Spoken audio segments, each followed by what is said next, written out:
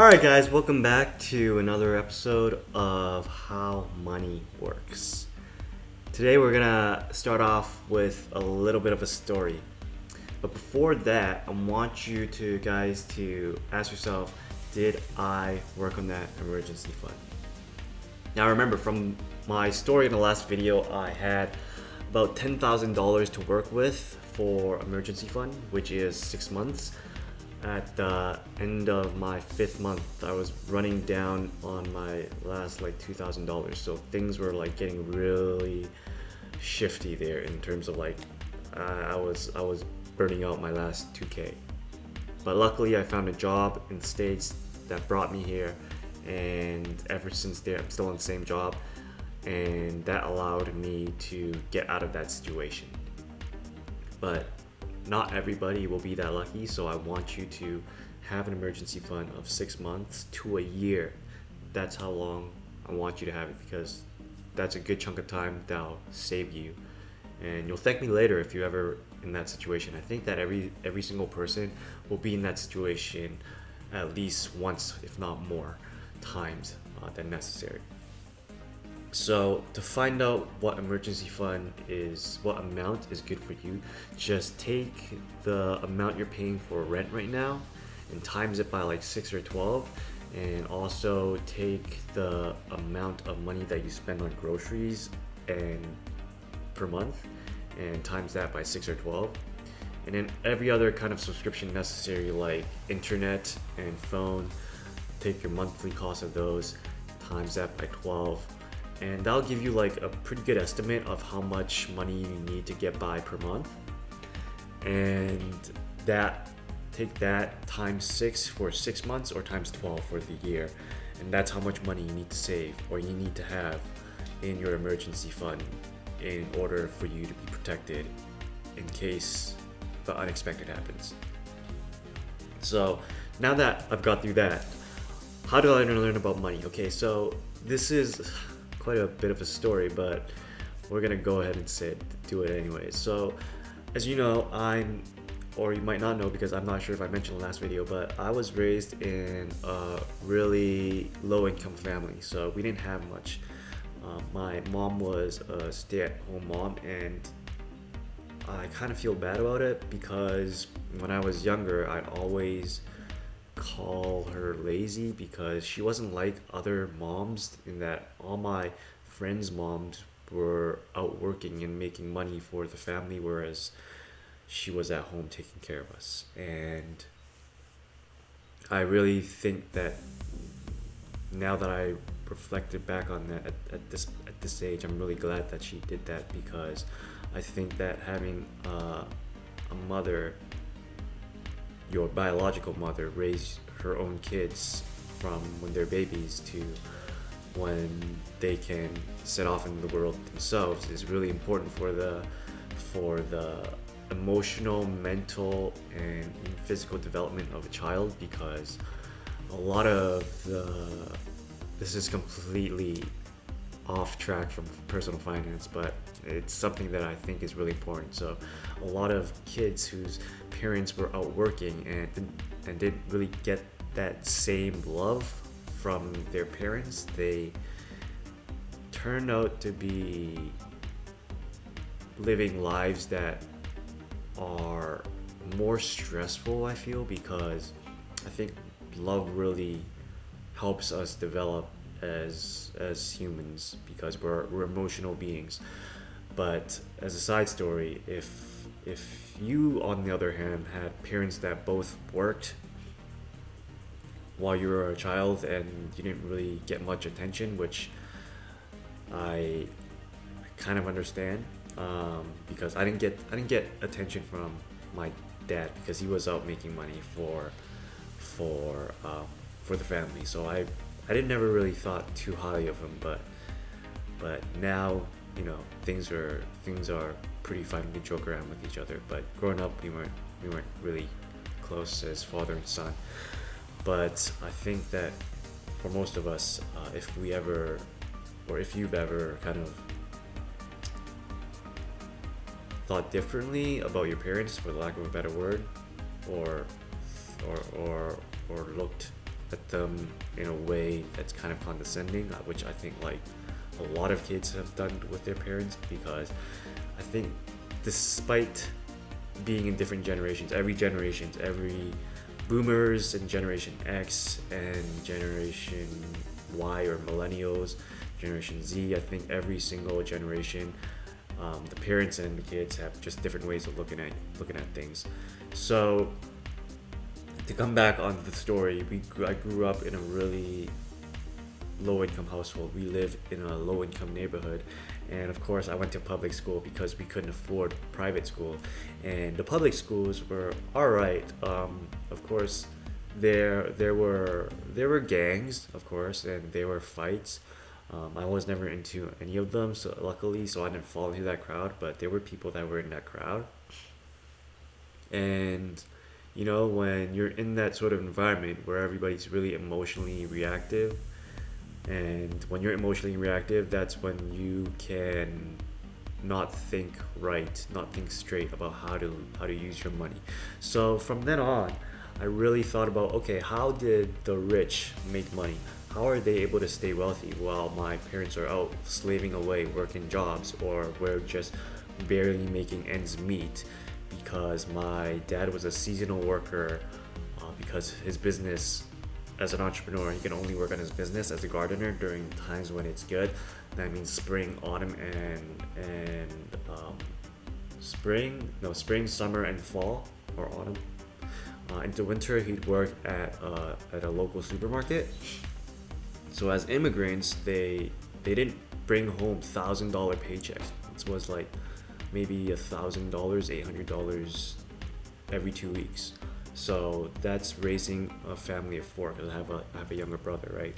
So in that case, it's really hard for families. I understand. I grew up in one.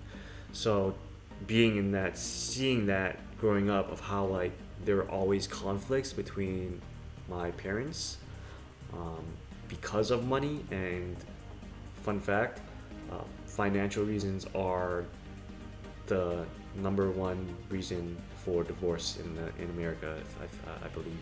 So that goes to show that I saw that as a kid, and I really thought that if we had money, all these problems, they wouldn't be problems. And up to a certain point, I think that is really true.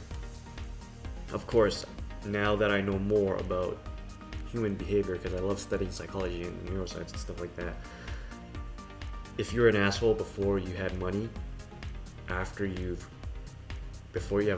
you're an asshole before you had money, after you've acquired money, you're just going to be a bigger asshole. If you're a very kind person before you had money, after you have acquired money, you're going to be even a kinder person. So money just intensifies the person that you already are. So I really want you guys to really think about who you are, what you want to do, and once you've acquired money, what you're going to do with that money, and kind of go around that road. Because if you're an asshole and you acquire money, you're just going to be a bigger asshole, but then at the same time, a lot of you are going to be unfulfilled.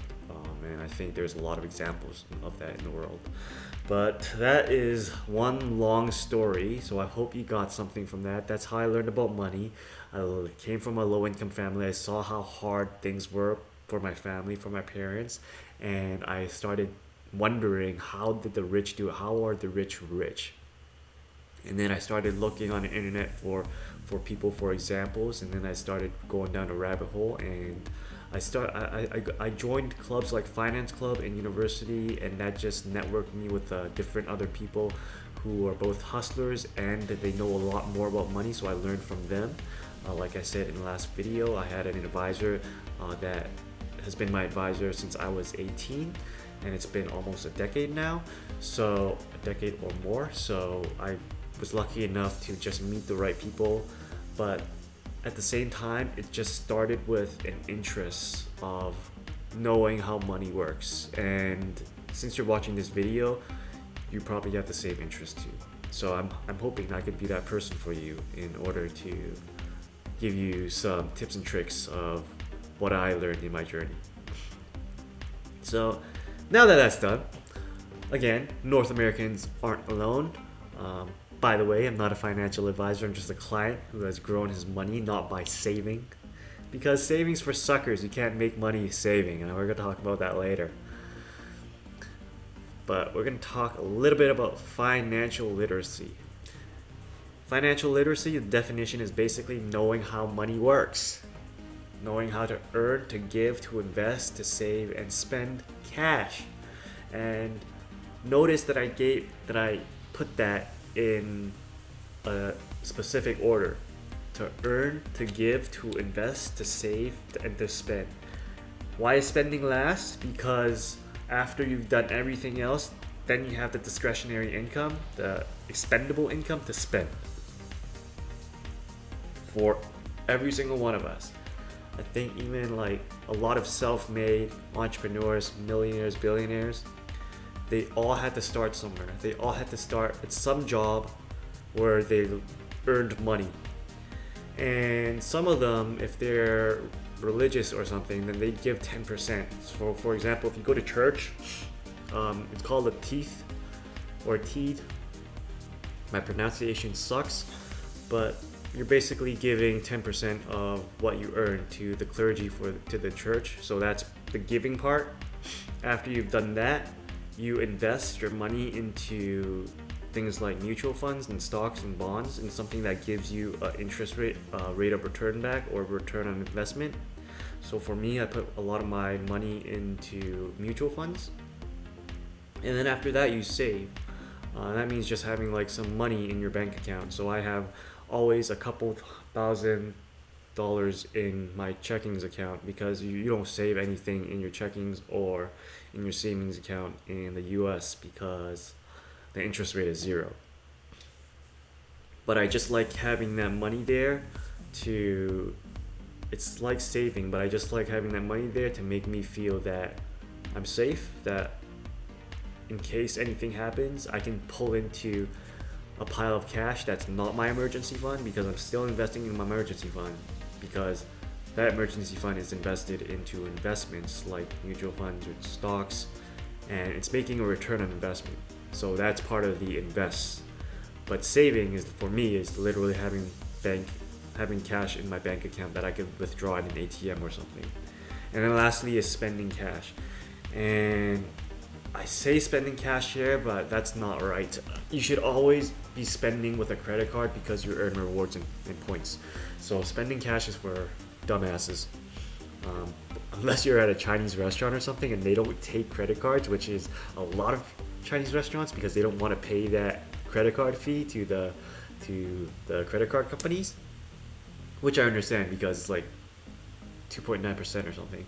But you're spending cash or you're spending, that's the last thing you should do. After you've earned, you've given, you've invested, you saved, that's when you have the cash that you would have in your hand that you can blow it on whatever you want, because it's important to do all these things, but it's also important to have fun, guys.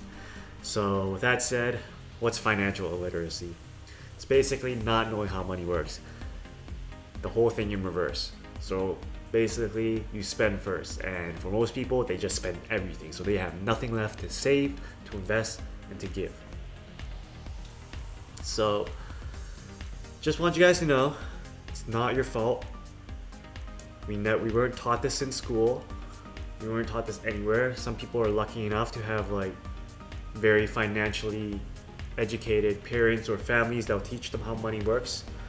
I wasn't part of that. I had to go out, and by luck I met the right people and I learned how money works. My parents still don't know how money works, but I just want you to know it's not your fault. Before we go any further, just really understand that it's not your fault. So the current stats is that 90% of Venezuelans actually live below the poverty line, and Greece still hovers close to 20% unemployment since their 2010 economic collapse. So plainly, financial illiteracy impacts almost 3/4 of the world.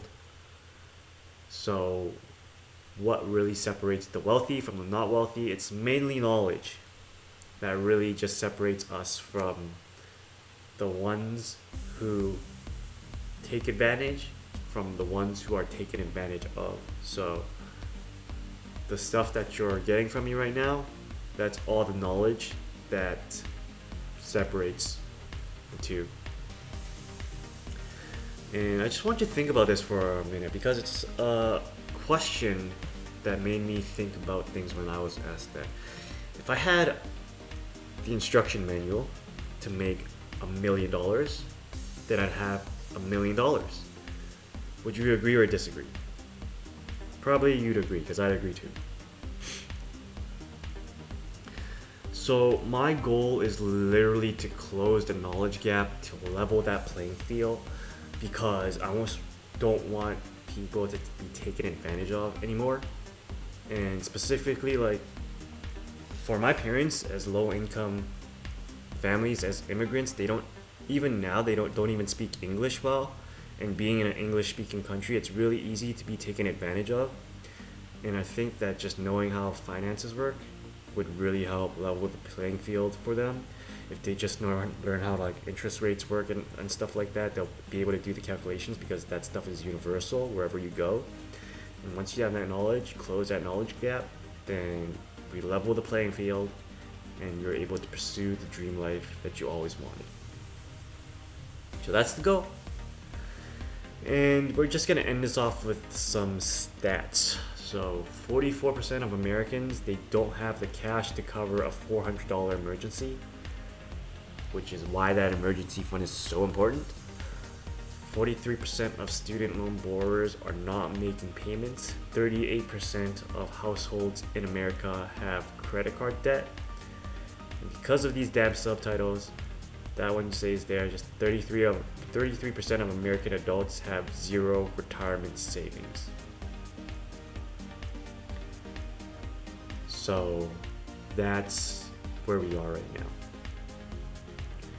And with that said, we're just gonna leave it at there. Please rate, comment, subscribe if you're enjoying these videos.